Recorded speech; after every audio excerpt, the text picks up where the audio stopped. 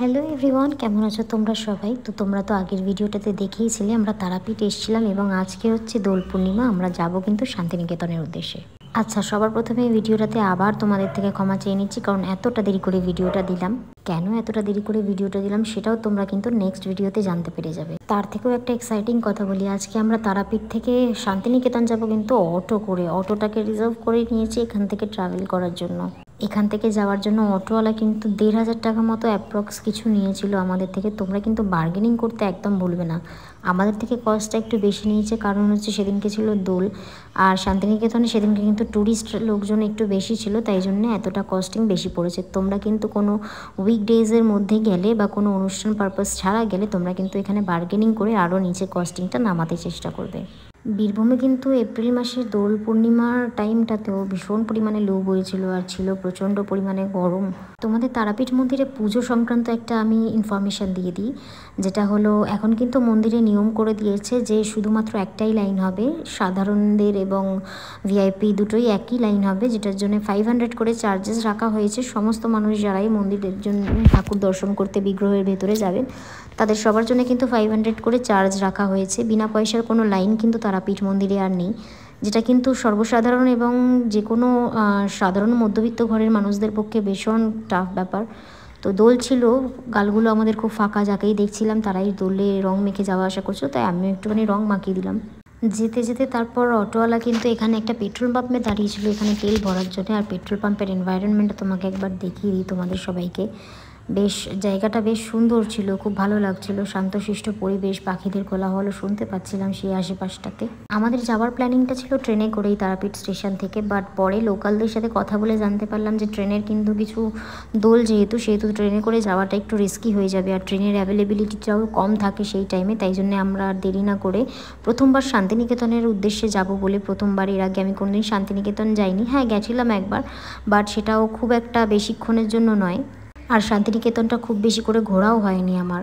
শুনেছি দোলের শান্তিনিকেতনের সে এক রূপ আলাদা, আর সোনাঝুরির হাট থেকে কেনাকাটি করার এক্সপিরিয়েন্স কিন্তু দারুণ। তো সেইটাই এক্সপিরিয়েন্স করার জন্য কিন্তু আমরা দুজন চলে গেছিলাম। আমি তো রীতিমতো বায়না করেছিলাম যে সোনাঝুরির হাটে গিয়ে আমি শপিং করবই, আর যাই হোক এটা কিন্তু ম্যান্ডেটরি ছিল।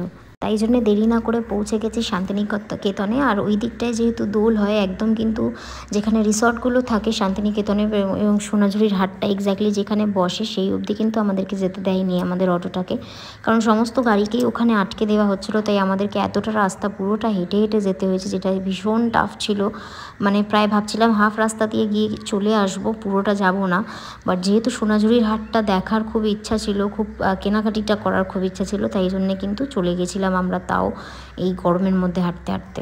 তোমরা যারা সোনাঝুরি হাটে আসছো তোমরা কিন্তু এখানে এই হাটে যাওয়ার রাস্তার পথেই কিন্তু অনেক হোটেলস দেখতে পেয়ে যাবে এবং অনেক রিসর্টও রয়েছে। যারা থাকতে চাইছো তারা কিন্তু এখানে এসে থাকতে পারো, এবং যারা খাওয়া দাওয়া করবে ভাবছো বিকেলবেলা তারা অনায়াসে এখানে এসে যে কোনো হোটেল থেকে খাবার খেয়ে নিতে পারবে।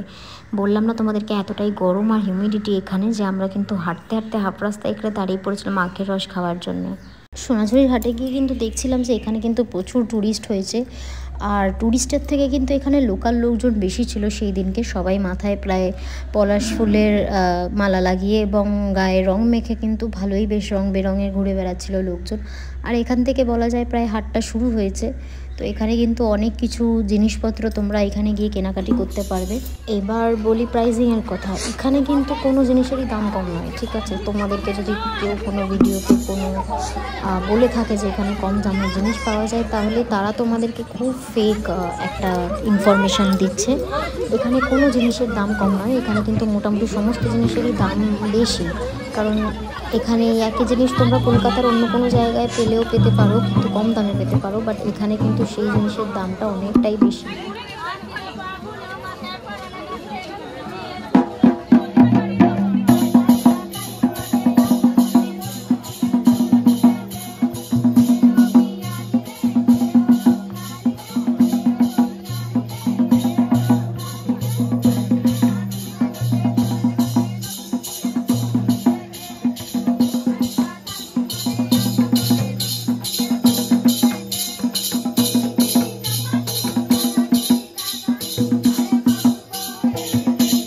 এই সমস্ত নাচগুলো আদিবাসীদের এতদিন পর্যন্ত শুধুমাত্র দেখতাম সোশ্যাল মিডিয়া এবং অন্য কারোর ভিডিওসে, আজকে সামনে থেকে দেখে বেশ ভালোই লাগছিল, বেশ এনজয় করছিল লোকজন। আর আমরা চলে এসেছি শপিং করতে। এখান থেকে এই কটনের গার্মেন্টসগুলো আমরা কিনে নিচ্ছি। আমরা কিন্তু পারচেস করেছি এখান থেকে। এই প্যান্টগুলোর দাম এখানে কিন্তু বলছিল 350 থেকে স্টার্টিং, তারপরে অন্য অন্য অনেক দাম রয়েছে। তো আমরা এগুলোকে বার্গেনিং করতে করতে একটু ভেতর দিকেও গেছিলাম অন্য দোকানে দেখবার জন্য। কিন্তু সবথেকে বড় কথা হচ্ছে এখানকার কালেকশান কিন্তু সচরাচর অন্য কোথাও পাওয়া যায় না। মানে এইখানে যেই কালেকশানের ড্রেসেস তোমরা পাবে, শাড়িজ তোমরা পাবে, এখানের থেকে বাইরে কিন্তু সচরাচর অন্য কোথাও তোমরা পাবে না। তাই জন্যে এখান থেকে যে কোনো জিনিস তোমরা যদি পছন্দ হয় সেই জিনিসটা তোমাদের এখান থেকে কিনে নেওয়া কিন্তু ওয়ার্থ ইট। তোমরা সোনাঝুরির হাটের একবার আশেপাশটা দেখতে পারো কতটা পরিমাণে মানুষজন এখানে ভিড় করে কেনাকাটি করছিল। এখানে কিন্তু এবার ট্যুরিস্টদের ভিড়টা একটু বেশি, কারণ এখানে কিন্তু লোকালরা কিন্তু সেরকম পরিমাণে শপিং করছিল না। এখানে যত ট্যুরিস্ট ছিল তারা কিন্তু সবাই ব্যাগ ভর্তি করে করে কিন্তু এখান থেকে জিনিসপত্র পারচেস করে নিয়ে যাচ্ছিল। এবার কথা না বাড়িয়ে তোমাদেরকে সোনাঝুরি হাটের পুরোটা লোকেশনটাকে একবার ঘুরে দেখাই ভালো করে।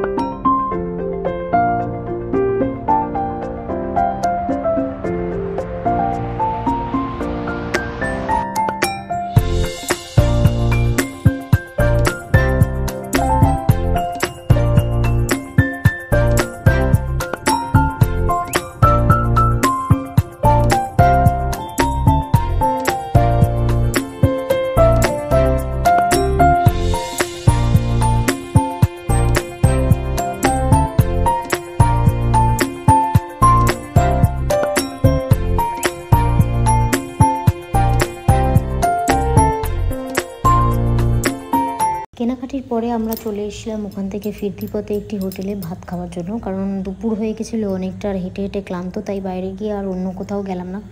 ওখানের একটা হোটেল থেকেই কিনে নিলাম ভেজ থালি, এবং ওটার দাম নিয়েছিল কিন্তু 80 টাকা 100 টাকা মতো। তো ওখান থেকেই খাবার খেয়ে নিলাম।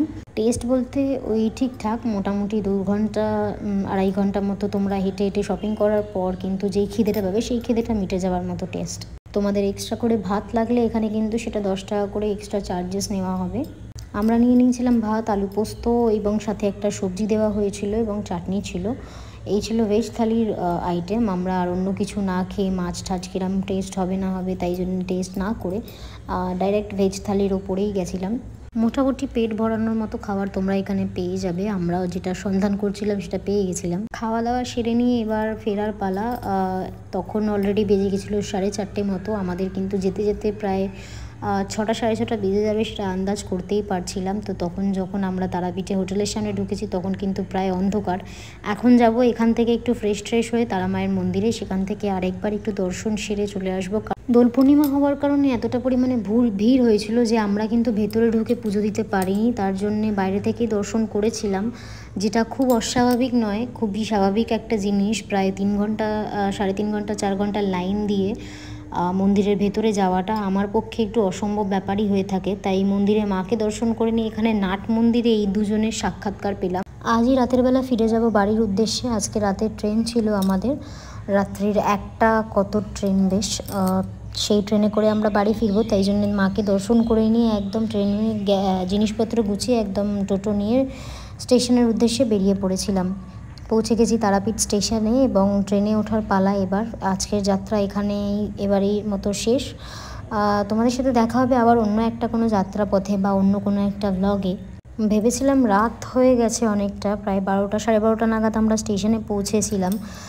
ভেবেছিলাম অন্ধকার থাকবে এবং হয়তো সেরকম কোনো লোকজন থাকবে না প্রায়, বাট দেখলাম যে ভালোই লোকজন কিন্তু স্টেশন চত্বরে ছিল এবং আমরা একটু আগেই পৌঁছে গেছিলাম। ট্রেন হয়ে গেছিলো লেট, ট্রেন কিন্তু এসেছিলো অনেকটাই লেটে।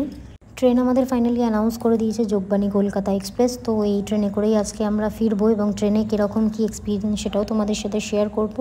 তার জন্য তোমাদেরকে একটু ভিডিওটা এন্ড অবধি থাকতে হবে। আমাদের ফেরার পথের টিকিট ছিল কিন্তু 3rd AC। তো 3rd ACর কিরকম এক্সপিরিয়েন্স ছিল সেটা তোমাদেরকে জানাবো। আমাদের সম্ভবত বি কোচ ছিল, তো সেদিকেই আমরা এগিয়ে চলেছি এখন, অনেকটা সামনের দিকে পড়েছে। ট্রেনে উঠে যাওয়ার পর দেখলাম এখানে প্রায় ট্রেনের ভেতরটা পুরোপুরি অন্ধকার, কারণ বেজে গেছিলো প্রায় 12:30 1টা। ততক্ষণে প্রায় ট্রেনের অর্ধেক প্যাসেঞ্জার সব ঘুমন্ত। রাতের বেলায় ট্রেন কিন্তু আমাদের একদম কারেক্ট টাইমে কলকাতা স্টেশনে নামিয়ে দিয়েছিল। তো আজকের ভিডিওটা এখানের মতোই এন্ড করছি। দেখা হবে অন্য একটা ভিডিওতে। এর পরবর্তীতে আরও অনেক এক্সাইটেড ভিডিওস আসতে চলেছে, তার জন্য তোমাদেরকে বলবো অবশ্যই চ্যানেলটাকে সাবস্ক্রাইব করে রেখো।